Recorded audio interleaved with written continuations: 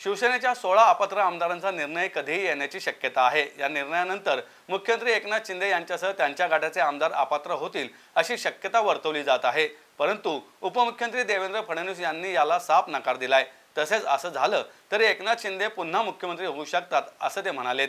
दरम्यान फडणवीसांच्या या वक्तव्यावर राजकीय वर्तुळात प्रतिक्रिया उमटत आहेत।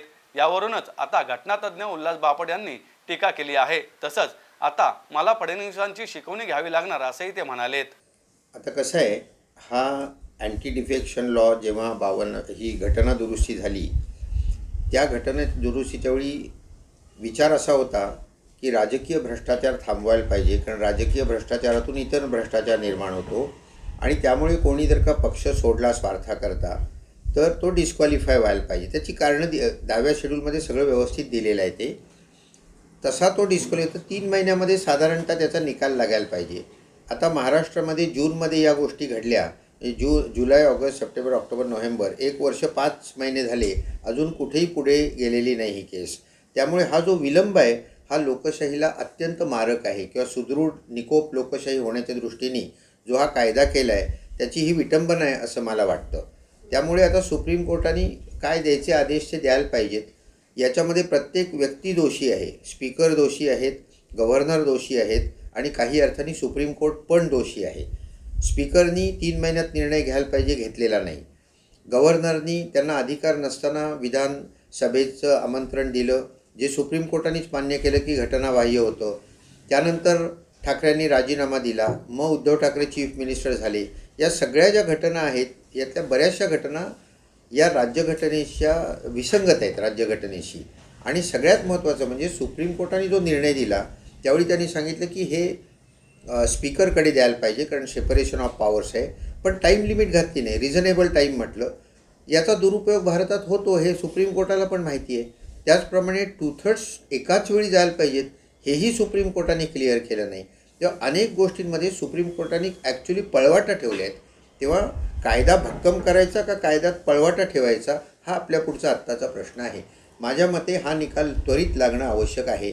आता सुप्रीम कोर्ट काय म्हणतं याच्यानंतर आपण त्याच्यावर चर्चा करू शकतो। नाही, आता हा जो प्रश्न तुम्ही विचारलात, मी कुठल्याही व्यक्तीबद्दल कधी बोलत नाही, परंतु तुम्ही देवेंद्र फडणवीस यांचं नाव घेऊन विचारलं आहे तर एकतर हे राज्यघटनेचं अज्ञान आहे त्यांचं, किंवा त्यांनी असं ठरवलं आहे की राजकारण आणि नीतिमत्ता याचा कुठलाही संबंध नाही आहे, कुठल्याही मार्गाने सत्तेवर राहायचं। आता हा जो कायदा आहे, घटना 91वी घटना दुरुस्ती केली आहे, ती इतकी स्पष्ट आहे की या कायद्याखाली एखादी व्यक्ती जर का डिस्क्वालिफाय झाली तर मंत्री राहता येणार नाही, हे लिहिलेलं आहे। आणि कुठपर्यंत राहता येणार नाही तर त्यांची मुदत संपेपर्यंत राहता येणार नाही, किंवा त्याच्या आत ते निवडून आले तर त्यांना मंत्री होता येईल। शब्द बघा, निवडून आले, इलेक्टेड शब्द आहे, नॉमिनेटेड नाही आहे। विधानसभेवर गव्हर्नरनी नॉमिनेट करून देता येणार नाही। आता इलेक्शन घ्यायला पाहिजे, इलेक्शन घ्यायची असेल तर इलेक्शन कमिशन घेतं, ते देवेंद्र फडणवीसांच्या हातात नाही आहे। म्हणजे 2-4 महिने जातील, तोपर्यंत कोण चीफ मिनिस्टर राहणार? त्यामुळे मग राष्ट्रपती राजवट आणावी लागेल तिथे। तेव्हा या अनेक गोष्टी आहेत। तेव्हा मला देवेंद्र फडणवीस असं का बोलले किंवा मी त्यांचीच आता शिकवणी लावतो, मला वाटतं मी 50 वर्ष शिकवतो आहे राज्यघटना, पण असे शोध मला आजपर्यंत लागलेले नाही आहेत। तेव्हा मला वाटतं की सगळ्यांनी सिरियसली घ्यावं, आपण काय बोलतो आहे त्याचा राजकीय अर्थ काय होतो, घटनात्मक अर्थ काय होतो ते समजावून घ्यावं, किंवा तज्ज्ञांना विचारावं मग बोलावं असं मला वाटतं। सर, ते खरं तर विधान परिषदेवर असं जाता येतं का? कारण ते जर मुख्यमंत्री आहेत, समजा ते डिस्क्वालिफाय झालं तर सरकार पडेल, आणि मग विधान परिषदेवर जाण्याची प्रोसेस काय असेल? विधान परिषदेवर कसं असतं की गव्हर्नरला 12 लोकांना नॉमिनेट करता येतं, ते लगेच दुसऱ्या दिवशी करता येईल, ते सरकारच्याच हातात असतं। म्हणजे गव्हर्नर हाच मुळात पंतप्रधानांच्या हातात असतो।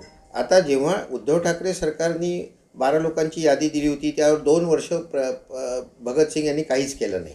परंतु कायदा काय सांगतो ते तुम्हाला मी सांगतोय। कायदा असं सांगतोय की हे गव्हर्नरचं डिस्क्रिशनरी पॉवरमध्ये येत नाही। मंत्रिमंडळाने जो सल्ला दिला आहे त्याची अंमलबजावणी गव्हर्नरला करावी लागते। म्हणजे जर का 12ची यादी दिली तर ते ताबडतोब त्यांना नेमायला पाहिजे, पण पहिल्या गव्हर्नरनी तसं नेमलेलं नाही। म्हणून मी सुरुवातीला म्हटलं की लोकांचा गव्हर्नरवर विश्वास नाही, स्पीकरवर विश्वास नाही, इलेक्शन कमिशनवर विश्वास नाही, आणि आता सुप्रीम कोर्टावरचा विश्वाससुद्धा थोडासा डळमळीत व्हायला लागलेला आहे। तर ही भारताच्या लोकशाहीच्या दृष्टीने फार चिंता दाखवणारी गोष्ट आहे. आणि आम्ही जे सांगतो म्हणजे राज्यघटना शिकवणारे जे प्राध्यापक आम्ही सांगतो तो घटनेचा करेक्ट अर्थ काय आहे ते सांगतो. आम्हाला कुठल्या राजकीय पक्षामध्ये कवडीत काही रस नाही. म्हणजे भाजप बरोबर आहे का NCP बरोबर आहे का उद्धव ठाकरे बरोबर आहेत, या पर्टिक्युलर परिस्थितीमध्ये हे पक्षांतर झालेलं आहे यात अजिबात शंका नाही आहे. आणि याच्या निर्णयाला जर का 1 वर्ष 5 महिने लागत असतील आणि अजून निर्णय लागला नसेल तर मग ही गोष्ट हेल्दी डेमोक्रेसीच्या दृष्टीने फार घातक आहे. नाही राज्यघटनेत जी 91वी घटना दुरुस्ती केली वाजपेयींच्याच काळात केलेली आहे. 2003-04ला ती अस्तित्वात आली जानेवारीच्या. त्यात स्वच्छ शब्दात म्हटलं आहे की ते डिस्क्वालिफाय झाले तर मंत्री राहू शकणार नाही. पॉईंट 1 कुठपर्यंत राहू शकणार नाही तर त्यांची जी मुदत आहे ती संपेपर्यंत राहू शकणार नाही, किंवा त्याच्या आत जर का ते निवडून आले, इलेक्टेड असा शब्द आहे, नॉमिनेटेड नाही आहे, तर ते इलेक्ट जर का झाले त्याच्यात तर त्यांना मंत्री होता येईल. पण इलेक्शन व्हायला वेळ लागतो. ते इलेक्शन कमिशन घेणार आहे, ते देवेंद्र फडणवीसांच्या हातात नाही आहे. तेव्हा सर्व स्थिती जी आहे ती अत्यंत क्लिअर आहे. मला असं वाटतं की अशी विधानं इतक्या मोठ्या पदावरच्या लोकांनी, आणि ही सगळी राजकारणात मोडलेली लोक आहेत, तेव्हा त्यांनी अशी विधानं करू नयेत. यांनी जसं मराठा रिझर्वेशनचा सध्या चाललं आहे, 5 वर्ष आम्ही OBCंनाही हात लावणार नाही आणि तरी मराठा रिझर्वेशन देऊ. आता 50%च्यावर रिझर्वेशन देता येत नाही हे सुप्रीम कोर्टाने 10 वेळा सांगितलं आत्तापर्यंत. तर हे का विधानं तुम्ही करता? तुम्ही का नाही समजावून सांगत लोकांना, का नाही कॉम्प्रोमाइज करत? तेव्हा कुठेतरी आपली राजकीय मॅच्युरिटी कमी पडते असं माझं स्वच्छ मत आहे.